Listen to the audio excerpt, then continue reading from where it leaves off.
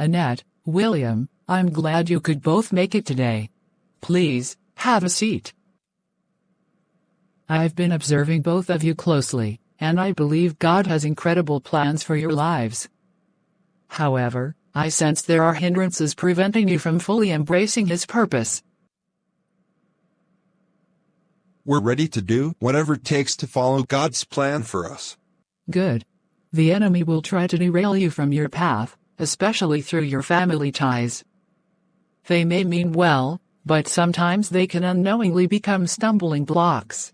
What should we do, Bishop? I believe it's time for both of you to undergo a period of intense spiritual warfare. You need to sever any ties that might distract you from God's calling. How do we do that? You need to embark on 3 days of dry fasting and prayer. During this time, you must seek God's guidance and ask Him to disconnect you from your family and any other worldly influences. 3 days of dry fasting? Yes. It will be challenging, but it's necessary for you to fully submit to God's will. We'll do it, Bishop.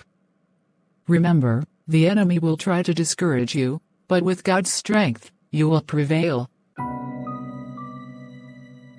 Mom, Dad, I don't understand your concerns about William. He's the one for me. Annette, we understand that you're in love with William, but we have concerns about his behavior. Mom, your only problem about him is because he's a pastor. You need to look beyond that and see the amazing person he is. Annette, it's not about his profession. It's about the way he treated us during that meeting. He seemed disrespectful. No, Dad, you don't understand. He was just focused on his spiritual calling, and sometimes he gets carried away with his passion. Annette, we always knew you would choose a partner with the same faith, so it's not about his beliefs at all. It's about his behavior. But you haven't even taken time to know him. He's loving, caring, and a very honest man. Annette, he overstepped boundaries, asked intrusive questions, and didn't show us even a little bit of respect. Even though we do not share the same belief as him, we're his elders. I'm afraid this is the way he might treat you in the future. We want the best for you. You're just prejudiced against him because he's a pastor. I love him, and I will marry him with or without your blessings. I hereby pronounce you husband and wife. You may now kiss the bride.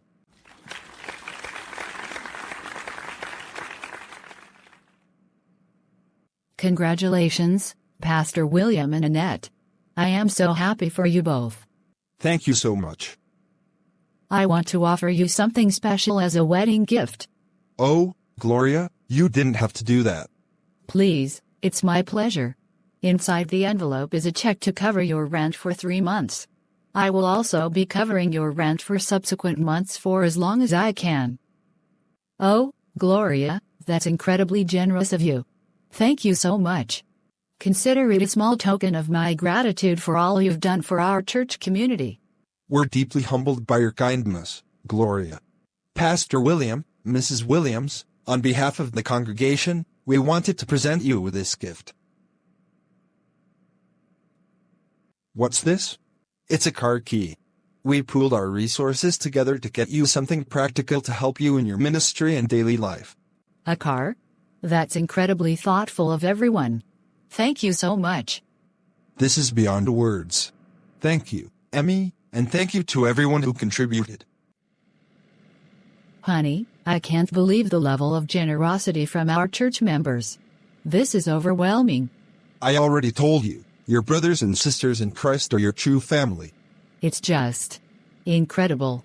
I never expected this much support. These gifts are a sign that our union is ordained by God.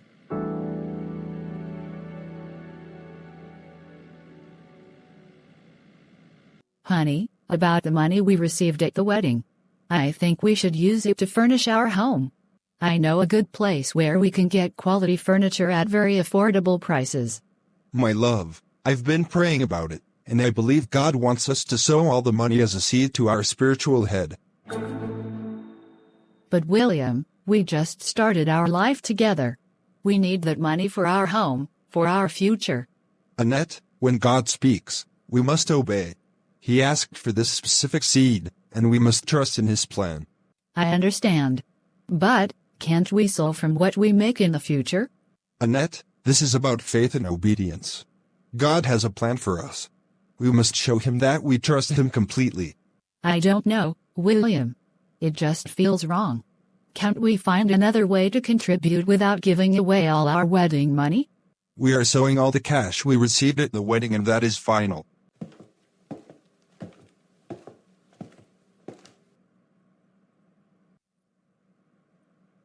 Annette, it's so good to see you. How have you been? Cynthia, I'm so glad you came, but you really didn't have to go through all this trouble with your little one. Nonsense. You did the same for me at my wedding, remember? We're friends, and this is what friends do. Thank you, Cynthia. It means a lot to me. So, how's married life treating you? Your place seems a bit bare. Oh, we're still settling in, getting everything organized. Is everything okay, though? You seem a bit off. It's been a journey, Cynthia. I cut ties with my family to be with William. That must have been incredibly tough for you. I don't think I could ever do that. It wasn't easy. But I love William, and I had to follow my heart. Well, you always have friends who care about you. Thank you, Cynthia. That means a lot to me.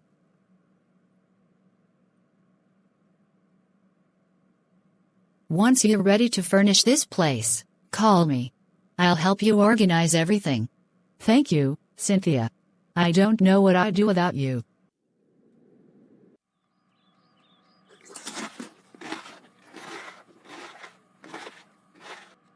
Honey, I've been thinking. I don't like the way I stay at home all day while you're at church. I want to contribute more, especially financially. What are you going to do about it? It's not like you can work anywhere. You only have a high school certificate. I regret not pursuing a university degree. I chose to be a music artist. Now here I am with a career that didn't take off. Well, your music did bring us together. That's something to be grateful for. I guess so. You're doing more than you know. Your love and support mean everything to me. Let's focus on what we have and trust that God will provide for our needs.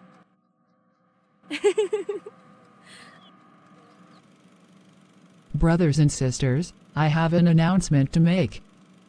You all know I am approaching a significant milestone, my 40th birthday. Thank you, pastors.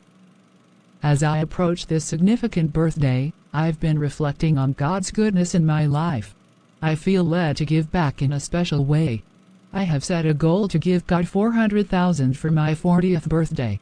I believe that as my trustworthy partners, you can help me achieve this. I'm asking each of you to pledge an amount to support this cause.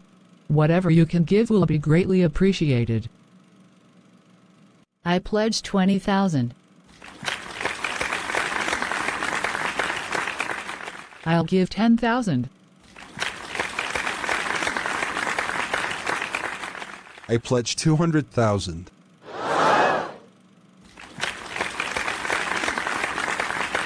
William, thank you. What a generous pledge. May God bless you abundantly for your sacrificial giving.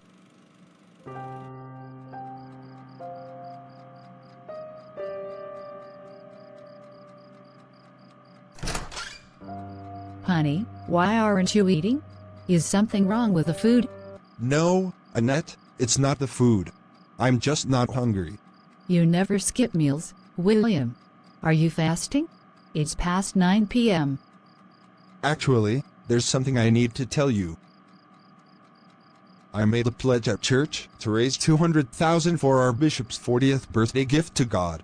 $200,000? William, where are we going to get that kind of money?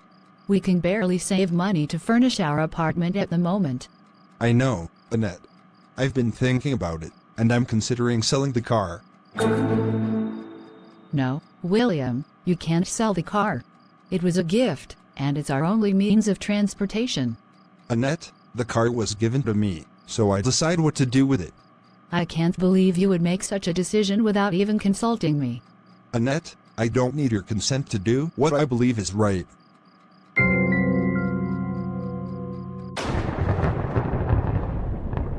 Mrs. Annette, I hope I'm not interrupting anything. I was hoping to meet Pastor William here for some prayers. Actually, he left for church about half an hour ago. You might catch him there. Ah, I see. Thank you for letting me know. Mrs. Annette, if you don't mind me asking, why is your living room so empty? You and the man of God have been living here for a couple of months. You should have settled in by now. Well, we sold everything we had as a seed to God. Everything? Yes, everything. That's truly commendable, Mrs. Annette. It takes great faith to make such a sacrifice. Thank you, Miss Gloria. We believe God will provide for us in His own time. I have no doubt about that. I'll head to the church to meet up with Pastor William. You're welcome, Miss Gloria. Take care. Gloria, I'm so sorry I wasn't at home when you came by. I had to rush down to the church for something urgent. Pastor William, there's no need to apologize. I completely understand. I hope everything is all right. Yes, everything is fine, thank you. Congratulations on completing your 7 days of dry fasting and prayer. It's truly commendable. Thank you, Pastor William. It was a powerful experience. I believe that just as God orchestrated the match between Ruth and her husband, Boaz, in the Bible, He will also fulfill His plans for you as a result of your dedication during the fast. I encourage you to continue your stewardship in the house of God. Your answer is on the way. I will, Pastor William. If you don't mind me asking, earlier today, I noticed that your house was empty. Would it be all right if I helped furnish it? Gloria, that would be wonderful. Your generosity and kindness will not go unnoticed by God. He will surely bless you abundantly for your selfless act. Amen, Pastor William. I'll make sure everything is taken care of. Bow your head, let me pray for you. Annette, look around us. This beautifully furnished apartment, these comfortable pieces of furniture, these are God's rewards for the seed we sowed after our wedding. I know, William. It's just hard to believe sometimes. I always tell you, Annette, givers never lack. We step out in faith, and God has provided abundantly. I'm sorry for doubting you, William. We must trust in God's provision. He's never failed us before, and He won't fail us now. We are running out of food, though. What are we going to do? Annette, stop doubting and start believing in God's promises. I'm sorry for doubting. William, I'm glad we could meet today. I wanted to discuss the pledge you made for my 40th birthday gift to God. Yes, Bishop, I haven't forgotten about it. I'm still working on putting everything together, and I assure you it will be ready before your birthday. Good to hear, Pastor William. Now, I have received an instruction from God regarding you. What instruction is that, Bishop?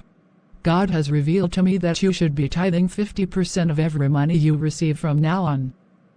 It's through your obedience to this instruction that God will elevate you and bless you abundantly. 50%? That's a significant amount. Yes, William. But God's blessings count through sacrifice. I urge you to pass on this instruction to your congregation as well. Those who obey will be blessed. Yes, Bishop. I'll make sure to relay this message to the congregation. Annette, it's been a while since you visited our salon. Have you been going to another stylist behind my back? No, nothing like that at all. It's just that I've been going through some financial difficulties. I haven't been able to afford salon visits like I used to. I understand, times are tough for many people. But don't worry, we'll work something out. What hairstyle do you want to make today? Actually, I'm here because I've decided to get a haircut. I can't afford to maintain my natural hair anymore. Oh, Annette, are you sure about that? You have such beautiful hair. You shouldn't chop it off just because of financial reasons. I've made up my mind. A haircut will be easier to maintain, and it's more affordable for me right now. I hate to see you lose your length, but if that's what you truly want, I'll do it for you. Thank you. Oh God, I know I may not understand your ways, but the burden feels too heavy for me to bear. We're already struggling, barely making ends meet. And now, you ask us to tithe 50% of our income? How can we survive? Lord, forgive me for questioning your wisdom, but I'm at my wit's end.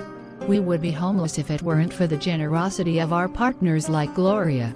I don't have the endurance that William has. These constant instructions feel overwhelming, and I don't know how much more I can take. Please, God, send us financial help. We're struggling, and I don't know how much longer we can hold on.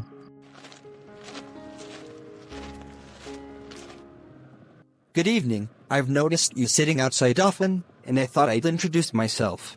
I'm John, your neighbor. Good evening, Mr. John. I'm Annette.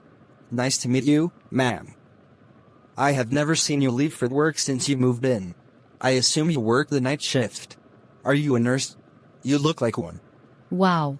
You know, if I had pursued higher education beyond high school, it would have been nursing. However, I focused on other things, and I currently don't have a job. I see. Have you ever considered going to college? Actually, I have, but I don't think it is an option for me at this point. You're still young, Mrs. Annette. You could go to a teacher's college and become a teacher in just a few years. I have a friend who works there. I could connect you if you're interested. That sounds amazing, Mr. John. I appreciate your offer. I've always admired teaching, but I never thought it was possible for me. Well, now you know it is. And besides, being a teacher is a noble profession. It really is. Thank you so much. I can't wait to share this with my husband. He'll be thrilled. Honey, I had an interesting conversation with one of our neighbors today. He suggested that I go back to school and become a teacher. I've been thinking about it, and I really like the idea. That's a big decision, Annette. We need to pray about it and seek God's guidance. But William, it seems like a wonderful opportunity. God would definitely want me to go to school. Annette, there is a way that seems right, but the end is destruction. We must always seek God's will in all our decisions, especially something as significant as this. I suppose you're right. It's just that I feel so enthusiastic about the prospect of going back to school. William, I'm not sure that's the best path for Annette. Teachers work tirelessly but often receive little compensation for their efforts. Annette is better off without the stress of a low-paying job. She is passionate about going back to school. I don't know what has gone into her. Let me share something with you, William. I see great things in store for you and Annette. I see you both going far, even internationally.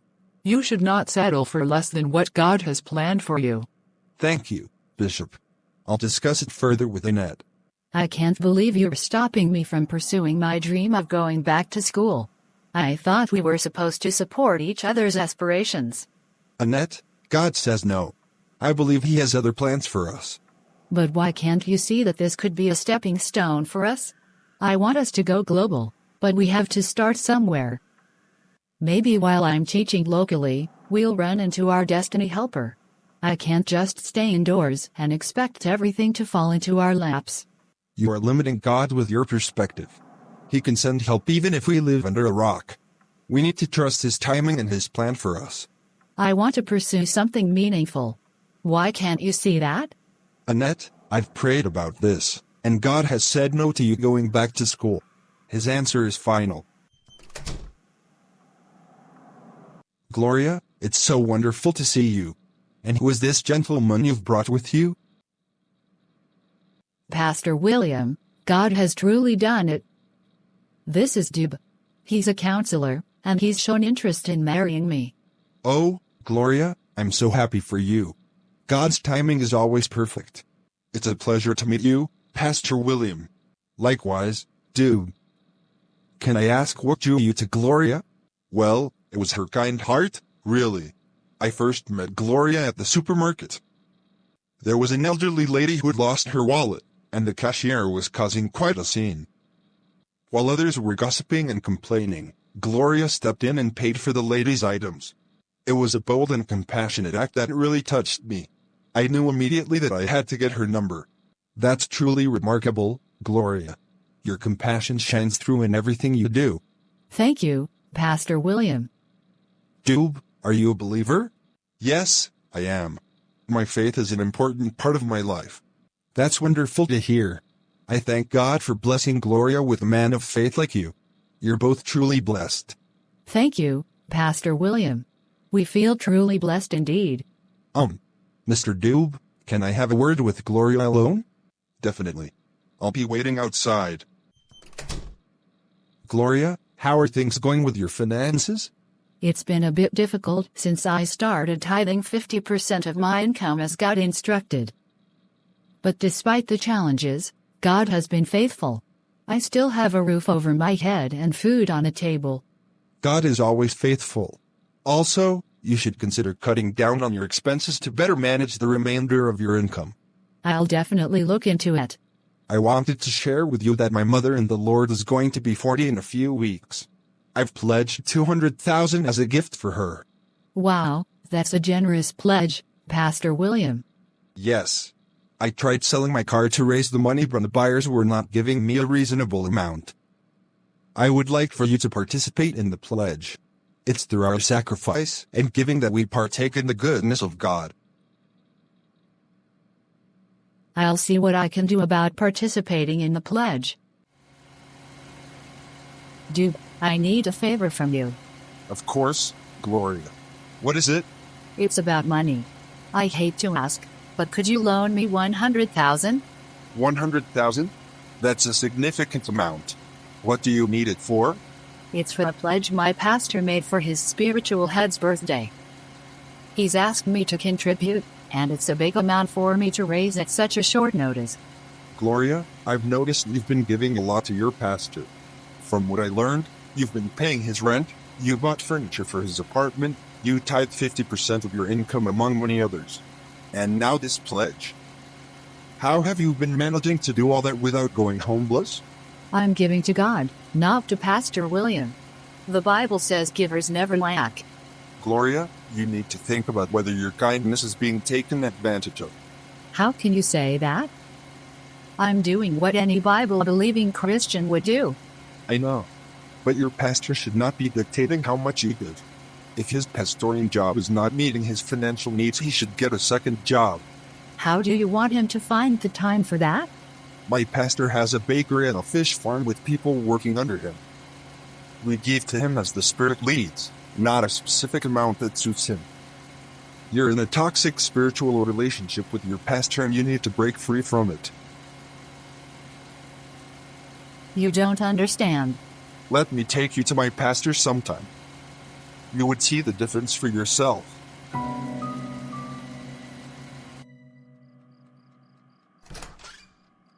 Annette, what is this? What is this I found in the waste bin? I'm pregnant, William. I'm 3 months along. Why would you do this, Annette? Look at the condition we are in. Did I make the baby alone? I'm glad you can finally see the condition we're in. Maybe now you'll talk to your spiritual mother and ask her to take it easy with the instructions she's receiving from God. Are you trying to teach me a lesson by getting pregnant? No, William. I knew you would react like this, which is why I didn't tell you sooner. Nothing will stop me from giving to God, Annette. Not even a baby. William, please. I didn't plan this to punish you.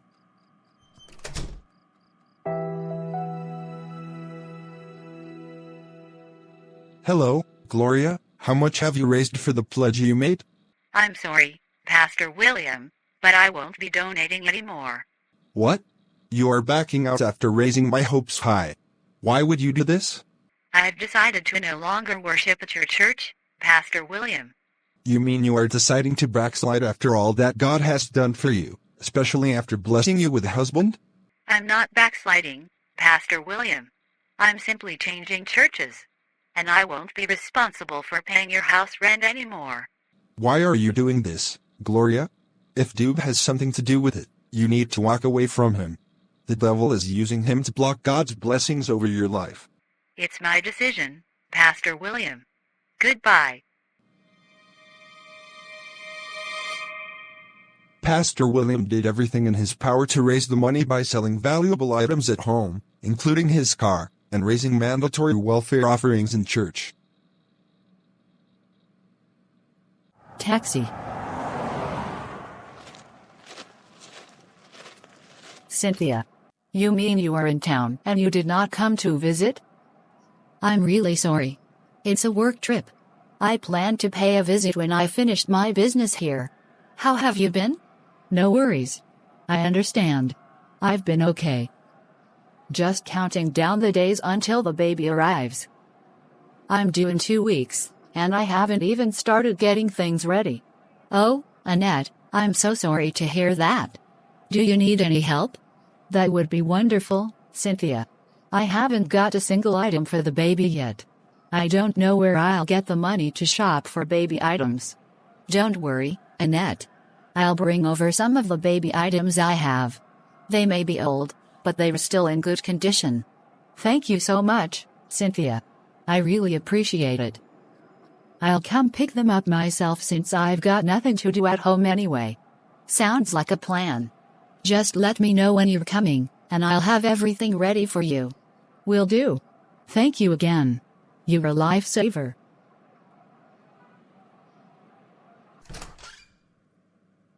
Mr. A.O., William isn't home right now. I've been trying to reach William for weeks now. It seems like he is deliberately trying to avoid me. You can leave a message for him. I'll make sure to deliver it. Well, your rent has been overdue for over 6 months now. I've been patient about it because of your pregnancy, but I can't stay silent any longer. I'll give you 4 weeks to pay up or find somewhere else to stay. 4 weeks? That's hardly enough time, Mr. A.O. Please understand. We've been going through a tough time. That's why we haven't been able to catch up with the rent. With the baby coming soon, we're really struggling. Annette, I sympathize with your situation. But my kindness can't extend indefinitely. It seems you two are taking my patience for granted. Please, Mr. A.O., give us a little more time. In 4 weeks I'll have had my baby, and we won't have anywhere to go. I'm sorry, Annette, but I have my own obligations to meet. Here are the baby clothes and shoes I promised. I'm sorry they're all for girls, but I hope they'll still be useful for your little one. Thank you so much, Cynthia. I really appreciate it. It doesn't matter if they're for girls. I just want my baby to have something to keep warm. Annette, why don't you just call your family and ask for help? I can't. I'm ashamed. I told my dad to his face that I was choosing William over them. How could I go back now and admit that the marriage they warned me about didn't work out? Annette, family will always be family. They'll understand.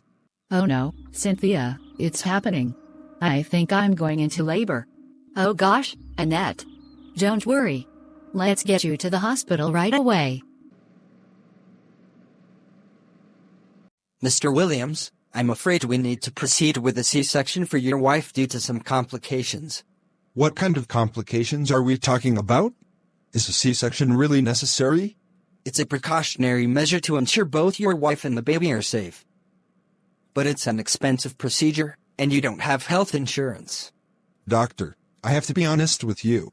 I don't have the money for an operation right now. Isn't there something we can do to avoid it? Mr. William, we can't delay the procedure. Your wife is in a very critical condition. Okay. Please give me a moment.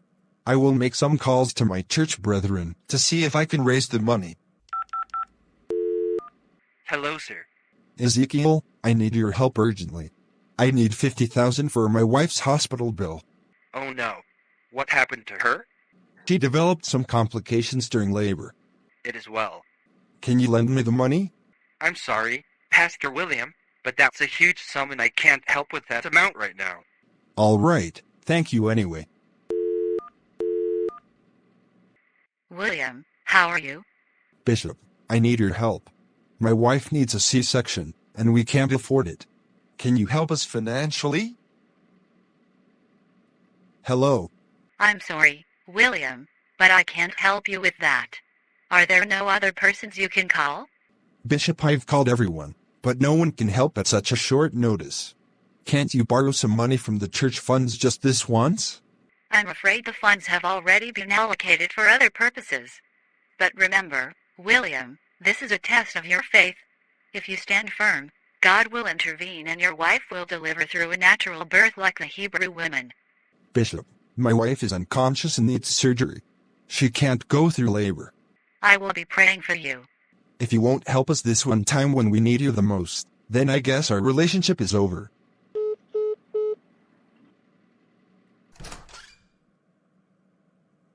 Doctor, please, how is my wife and baby doing? I am still figuring out what to do to raise the amount required. Please don't refrain from giving my wife and baby whatever treatment they need. I promise, I will pay the bill as soon as I can. Mr. Williams, I have some good news for you. Your wife's hospital bill has been paid. Paid? But how? It seems your wife's parents took care of the bill. You don't need to worry about the financial aspect anymore. Annette's parents? But how did they? I contacted them and they stepped in to help. They'll be here tomorrow. Mom, Dad, I want to apologize to both of you for cutting ties with you after my wedding. I'm really sorry for the way I treated you. Can we talk about your baby items? The majority of your son's clothing are skirts and dresses. Don't tell me you are one of those progressive moms who believe the baby decides the gender they wish to go by. Oh no, Mom, those were from Cynthia. She realized we had nothing for the baby, and she wanted to help. So she gave me her daughter's old clothes. Don't cry, sweetheart. I'll shop for your baby myself tomorrow.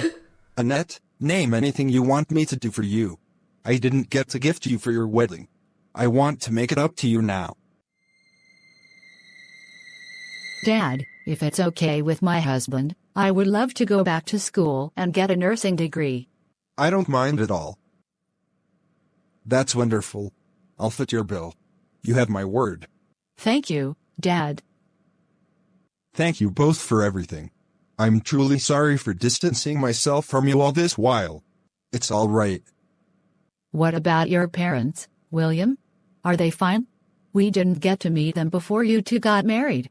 I haven't been in touch with them for years. I've tried to reach out recently, but they're not picking up my calls. Don't give up, son. Keep making an effort to reach them. Also, when you have the time, visit them in person and apologize. It's never too late to mend relationships. Thank you, sir.